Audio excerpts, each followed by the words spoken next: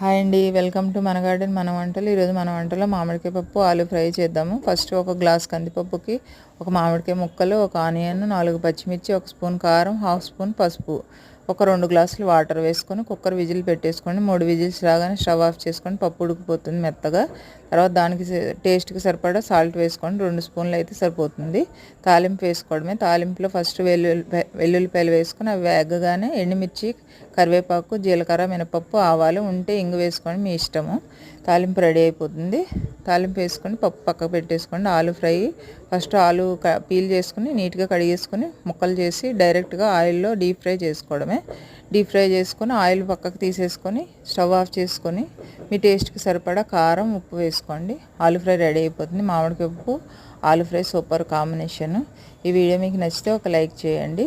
ఇది బ్యాచిలర్స్, కొత్తగా వంట నేర్చుకునే వాళ్ళకి ఉపయోగపడుతుందని పోస్ట్ చేస్తున్నాను.